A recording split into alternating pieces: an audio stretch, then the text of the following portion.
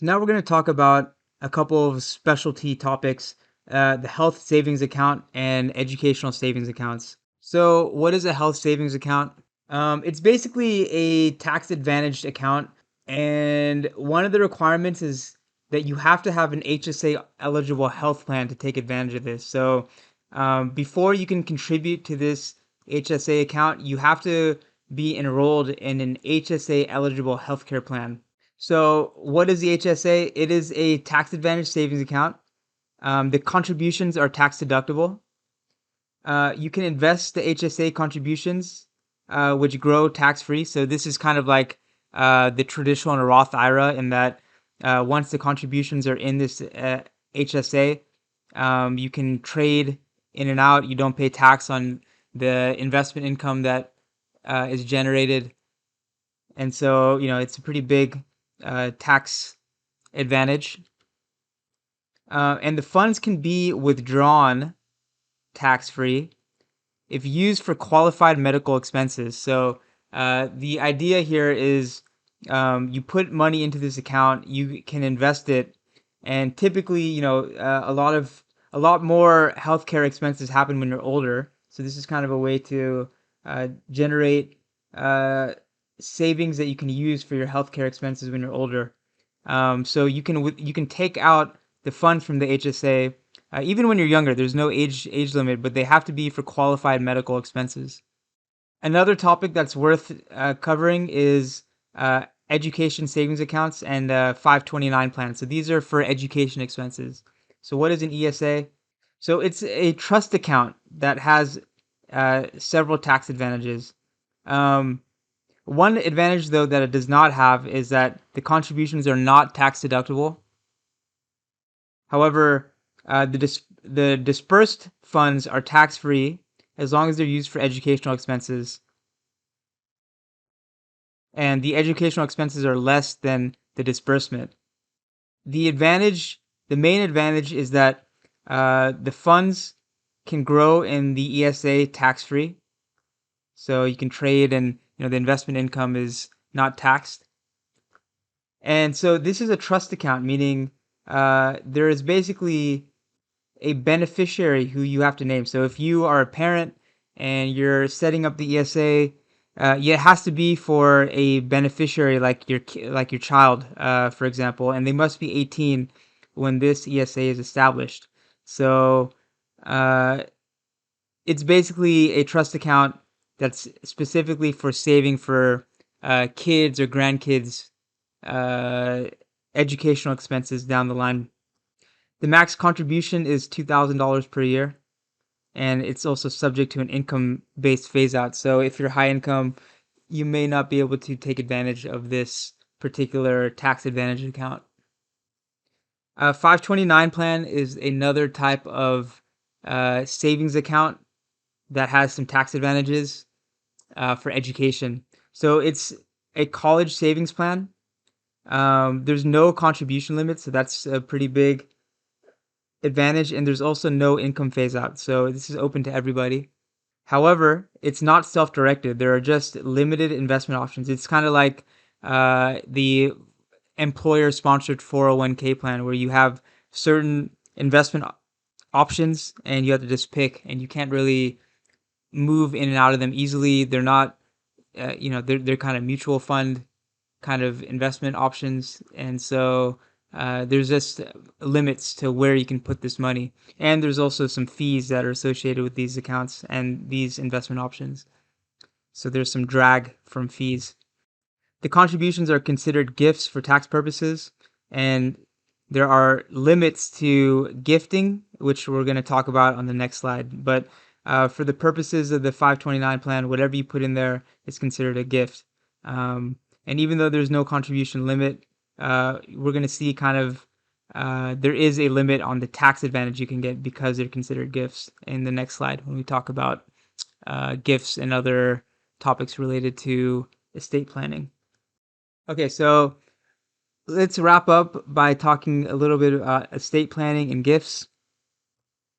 So what is estate planning? Estate planning is the process of structuring and documenting the transfer and disposition of one's assets to heirs upon death or incapacitation. So basically, if you have assets that you want to pass on to heirs and you want to make it kind of a friction free process, especially if you have multiple potential heirs fighting over your, or not fighting necessarily, but at least claiming to have a stake in your assets upon your death.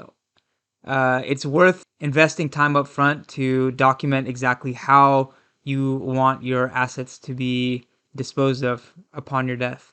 And so the goal is to transfer assets to designated heirs.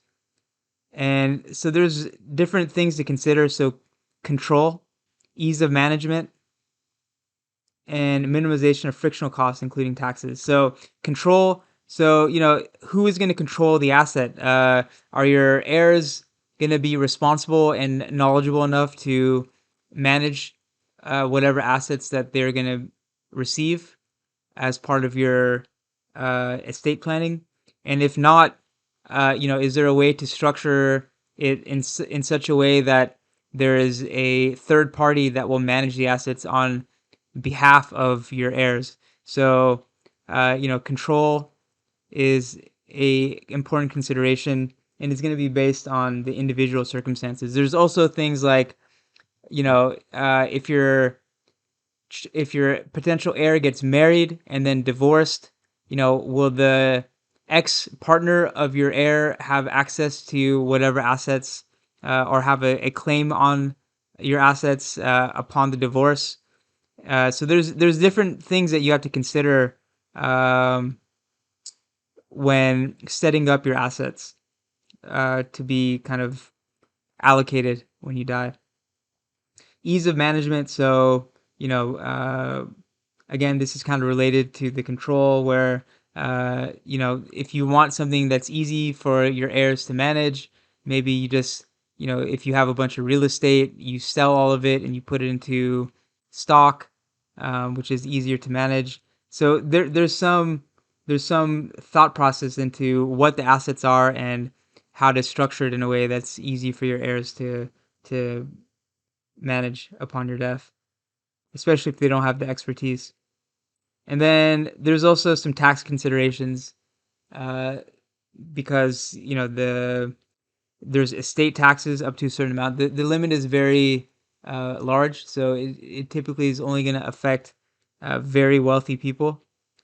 So the frictional cost with taxes is kind of a rich person's problem to a large extent. And so, what do people usually use for estate planning? So, the will is the most common document, and it's a document that states the plan for distribution of assets in an estate. Trust. A trust is basically a entity that is set up while the owner is alive and can include an intermediate party to manage the assets on behalf of the trust. So this could be an attorney who's kind of the main person, and then the attorney would, allocate a asset manager or hire somebody. So there's an intermediary party that's known as a trustee that is going to manage the trust assets on behalf of the beneficiaries. So these are the people that will actually receive the income or the proceeds from sale of the trust assets. So this intermediary party will earn a fee for doing the management, but really the income and proceeds of whatever the asset happens to the assets are for the beneficiary. So there's, these are the parties. There's the trustee, there's the beneficiary, and there's a trustor, who is you, who has set up the trust and put the assets into the trust. And so the trusts are useful also for, if you're very wealthy, for managing assets for generations. So, the Rockefellers probably have a trust. And this is the term you hear, this trust fund kid. So it's someone who is the beneficiary of a trust, which probably has like a lot of assets and are managing the assets on behalf of a number of people in the family. Okay, so what are some tax considerations? So tax-free gifts per year. So we kind of talked about this in relation to the 529 plan. So the limit for a tax-free gift is 15K per year. And if you give 15K or less, the giver does not have to report anything. The recipient never has to report. If you're a recipient of a gift, you don't have to report it. It's the giver who has the responsibility to do tax reporting if they're gifting more than 15K. But up to 15K per recipient, you can give tax free. So you can, if you have 5 grandkids, you can give 15K per grandkid.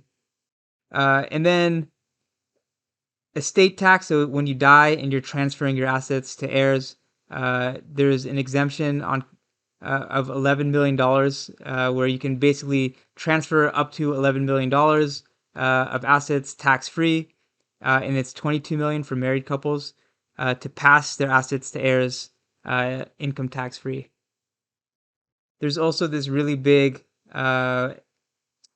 gift when you pass on your assets, in that, let's say you bought a property in 1950 for 50K,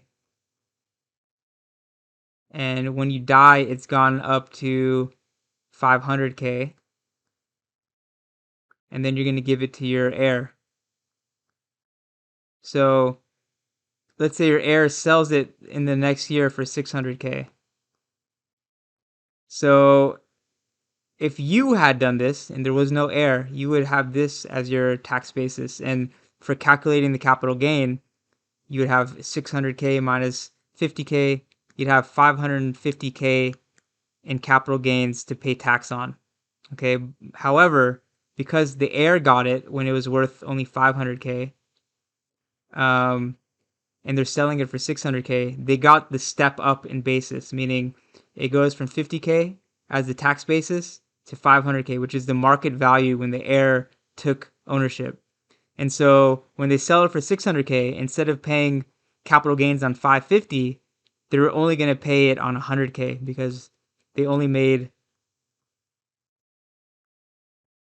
100K from their stepped up basis. So they avoided paying, 450K times whatever their marginal tax rate is in taxes. So, let's say they pay 20% tax, they would have had a tax bill of 110,000 here, but now they're only going to pay 20K in tax. So, that's a huge savings. They saved $90,000 just because of this rule of stepped up basis.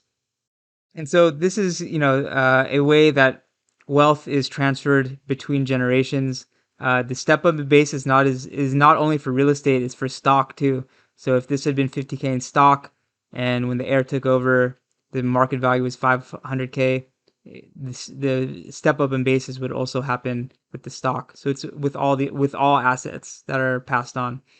And so, this is a pretty large exemption, and it's most people are not going to pay any estate tax when they receive, an inheritance, because they're going to be under this limit. And wealthier people are probably going to do some tax planning for their estate with using trusts and other ways. So usually, the estate tax is not really paid by too many people, which is, something our politicians have been debating, whether there should be some way to, increase the estate tax, because, for wealthy people, they're able to transfer huge sums across generations and not pay any tax doing that.